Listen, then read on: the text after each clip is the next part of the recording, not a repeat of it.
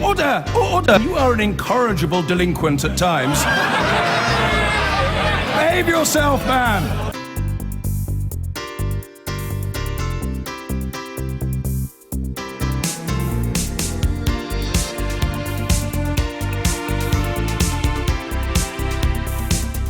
Now, first of all today, let's talk about Google, because George Osborne is coming under fire over the internet giant's deal to pay £130 million in back taxes.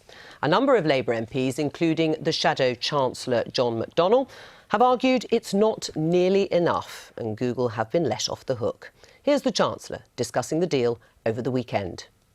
I think a very important principle in our system is that people's tax affairs are confidential between themselves and our independent HMRC. But the fact that Google are paying taxes, I think, shows our approach has worked. These were taxes on profits made when there was a Labour government, not a single penny was collected.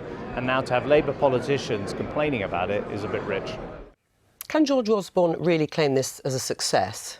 I think it is a success. It's progress, but it's only the start of progress. I mean, as George was saying there, these companies are paying no tax at all in the past few years. The new profit diversion tax is actually putting a message loud and clear to companies that if they are selling goods and services to people in the United Kingdom and making a profit on it, then they should be taxed on those profits in the United Kingdom. Google is now going to pay up. It needs to pay up more, and in the future it needs to pay up its full fair share. Yes, because all other companies you admit well. It's not paying its full fair share at the moment. If it's earning something like £6 billion a year, then £130 million in back taxes over 10 years hardly reflects that. Absolutely right. So this is a good start, but it's only a start. But there are a lot of other companies who've got to come up to the plate now and pay up what they should have been paying, and more importantly, make sure from now on they are paying their full share of tax in the United Kingdom. Well, it's better than paying no tax at all in terms of being taxed on profits, which is what was happening under Labour. I don't think, though, it sends out a very good signal that you can get away with just paying, I think it's something like 2% tax on your sales.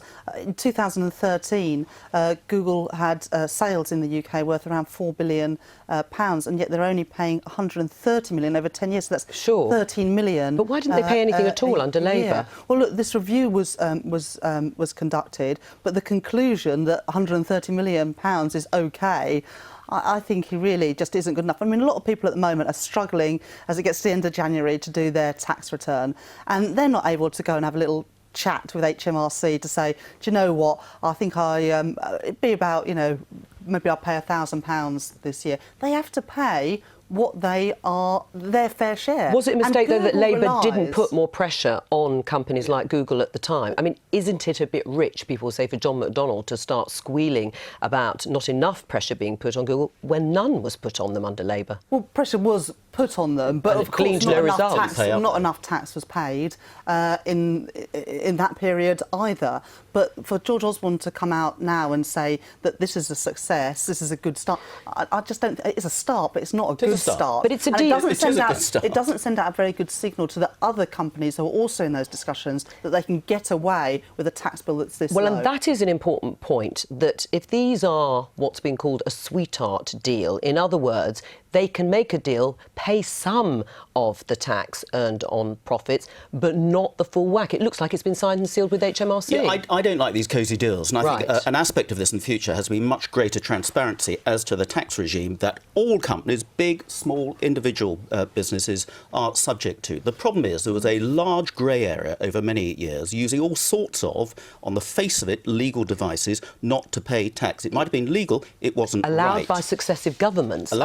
It's all right for HMRC to sort of be blamed to some extent, but it is the Chancellor's fault and his responsibility. Well, it's the government instructing HMRC as to how tough they should be. And as I say, we need to make sure that they are treated in the same way as any other taxpayer in this country. Yeah. And the measure of the success of this is going to be in future years, that Google, that all the rest of them are paying up a much larger slug of tax. How much would you, I mean, the two of you, how much should they be paying in terms of proportion? Corporation tax rate is 20%. They should be paying the full corporation tax rate. It's not good enough for them to say we employ lots of people, so we're paying lots of national insurance. But it's to do with where their headquarters. Well, so do others as well. But it is to do with, as you say, complex arrangements that Google have put in place to minimise their tax base. It's about diverting profits unfairly. Right. And we've got various companies. Starbucks have now headquartered from the Netherlands back to the UK, and we need to see much more of that going on. Would you, Rachel, call for action against these companies in terms of boycotting them? I mean, people did. There was a sort of people's protest against Starbucks, for example, and it had a phone. But would you? It's up to people to decide whether would you they advocate want to. it?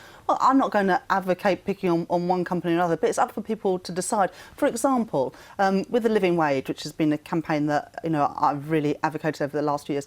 One of the great things about that living wage campaign is you get a mark to say I am a living wage employer, and then we can decide as consumers whether we want to spend our money in a shop that pays their workers a living wage or not. And I think there should be something like that with whether you pay your fair share of tax or not, so we can make decisions, informed decisions of consumers, because at the end of the day, we all pay tax on what we earn, and that pays for our schools, our hospitals, our roads, our trains. Well, but Google benefit from all those things, but they don't pay into it. That's not good enough. Boris Johnson has been saying the same, and Boris Johnson's been saying pretty well that. And I think consumers have a big part to play in all this. There was a programme last week on BBC about the village of Crickhowell in Wales, which had declared itself a fair tax village, having worked out it could avoid tax by all sorts of underhand means, but it doesn't want to do it. And I think companies, as part of their marketing promotion, should show that they are paying a fair share of the tax in the UK. They're doing it legitimately. Therefore, you can go and shop or buy things safely from them. At the end of the day, the government have also got a responsibility to make sure